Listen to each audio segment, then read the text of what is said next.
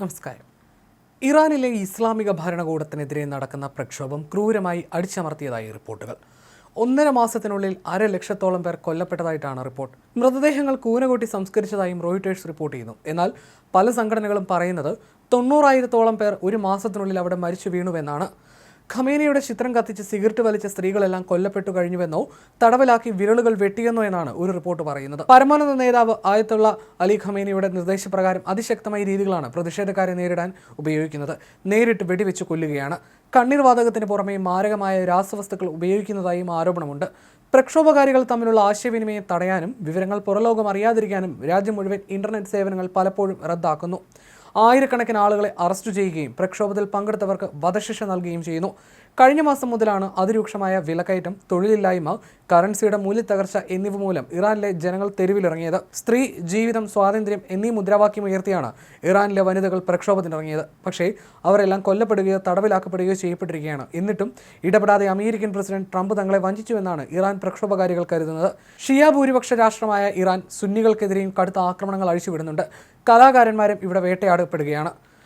Iran revolutionary ഗാർഡ്സിന്റെ നേതൃത്വത്തിൽ team 12 സംഘം ക്രൂരന്മാരുണ്ട്. ഇവർ ചെയ്യാത്ത അതിക്രമങ്ങളില്ല. 2022 ഹിജാബ് ശരിക്കും ധരിച്ചില്ല എന്ന് പറഞ്ഞ് മഹ്സ അമിനി എന്ന യുവതിയെ പോലീസ് തല്ലിക്കൊന്നപ്പോൾ ഉണ്ടായ പ്രക്ഷോഭങ്ങൾ അടിച്ചൊതുക്കിയത് ഇവരാണ്. സ്ത്രീകൾ എന്ന പരിഗണന ഇവർ കൊടുക്കാറില്ല. ഇപ്പോൾ ഇതേ സംഘം അഴിഞ്ഞാടുകയാണ്. ഖമേനിയുടെ ചിത്രം കത്തിച്ച് സിഗരറ്റ് വലിച്ച സ്ത്രീകളെ വെടിവെച്ച് കൊല്ലുകയോ വിരൽ മുറിച്ചു മാറ്റുകയോ ചെയ്തു കഴിഞ്ഞു. പല സ്ത്രീകളും ക്രൂരമായ ലൈംഗിക ആക്രമണത്തിനും ഇരയായി. സുന്നികളെയും കമ്മ്യൂണിസ്റ്റുകാരെയും കൂട്ടക്കൊലയ്ക്ക് ഇരയാക്കി. പ്രതിഷേധക്കാർക്ക് നേരെ സൈന്യം നേരിട്ട് വെടിയുതിർക്കുന്നു. തലയ്ക്കും നെഞ്ചിനും വെടിയേറ്റാണ് മിക്കവരും കൊല്ലപ്പെടുന്നത്. ആളുകൾ ഓടി രക്ഷപ്പെടുമ്പോൾ പോലും പിന്നിൽ നിന്ന് വെടിവെക്കുന്നതായും അന്ധരാക്കാൻ ലക്ഷ്യമിട്ട് കണ്ണുകളിലേക്ക് പെല്ലറ്റ് തോക്കുകൾ ഉപയോഗിക്കുന്നതായും റിപ്പോർട്ടുകളുണ്ട്.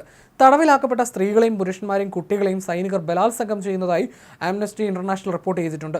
പ്രക്ഷോഭകാരികളെ മാനസികമായി തകർക്കാനും ഭയപ്പെടുത്താനും ഇതൊരു ആയുധമായി ഭരണകൂടം ഉപയോഗിക്കുകയാണ്. അറസ്റ്റ് ചെയ്യപ്പെടുന്നവരെ ചാട്ടവാറടി, നഖത്തിനിടയിൽ സൂചി കയറ്റുക, വിരൽ വെട്ടുക, കഠിനമായ മർദ്ദനം എന്നിവയ്ക്ക് വിധേയരാക്കുന്നുണ്ട്. പരിക്കേറ്റവർ ചികിത്സ തേടി ആശുപത്രികളിൽ എത്തുമ്പോൾ അവിടെ വെച്ച് അവരെ പിടികൂടുകയും ചികിത്സ നിഷേധിക്കുകയും ചെയ്യുന്നതായും റിപ്പോർട്ടുണ്ട്. കുട്ടികളെയും വിദ്യാർത്ഥികളെയും സൈന്യം വെറുതെ വിടുന്നില്ല. 100 കണക്കിന് കുട്ടികൾ കൊല്ലപ്പെടുകയും 1000-കണക്കിന് പേർ തടവിലാക്കപ്പെടുകയും ചെയ്തിട്ടുണ്ട്. 3 വയസ്സുള്ള കുട്ടി വരെ സൈന്യത്തിന്റെ വെടിയേറ്റ് മരിച്ചതായി പറയപ്പെടുന്നു. പ്രക്ഷോഭകരെ നേരിടാൻ കണ്ണീർ വാതകത്തിന് പുറമെ പേശികളെ തളർത്തുന്നതും ശ്വാസതടസ്സം ഉണ്ടാക്കുന്നതുമായ അജ്ഞാത രാസവസ്തുക്കൾ ഉപയോഗിക്കുന്നതായി ആരോപണമുണ്ട്. കൊല്ലപ്പെട്ടവരുടെ മൃതദേഹങ്ങൾ ഐസ്ക്രീം വണ്ടികളിലും മറ്റും രഹസ്യമായി കടത്തിക്കൊണ്ടുപോയി അജ്ഞാത കേന്ദ്രങ്ങളിൽ സംസ്കരിക്കുന്നതായും ബന്ധുക്കൾക്ക് വിട്ടുകൊടുക്കാത്തതായും റിപ്പോർട്ടുകൾ പുറത്തു വന്നിട്ടുണ്ട്. ഇസ്ലാമിക ഭരണകൂടം ഇപ്പോൾ ഏറ്റവും കൂടുതൽ ഭയക്കുന്നത് സ്വാതന്ത്ര്യത്തിനും സ്ത്രീ സമത്വത്തിനും വേണ്ടി പാടുന്ന സംഗീതജ്ഞരെയാണ്. കഴിഞ്ഞ 2 വർഷത്തിനുള്ളിൽ ഇറാൻ 3 റാപ്പർമാർക്കാണ് വധശിക്ഷ വിധിച്ചിട്ടുള്ളത്.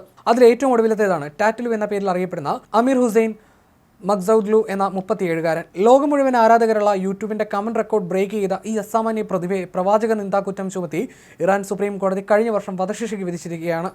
ഏറ്റവും വിചിത്രം, 5 വർഷത്തെ കീഴ്ക്കോടതി ശിക്ഷയുടെ അപ്പീലിലാണ് സുപ്രീം കോടതി ശിക്ഷ വധശിക്ഷയാക്കി വർദ്ധിപ്പിച്ചത് എന്നതാണ്. ആഗോള വ്യാപകമായി പ്രതിഷേധമുയർന്നിട്ടും അദ്ദേഹം ജയിലിലാണ്.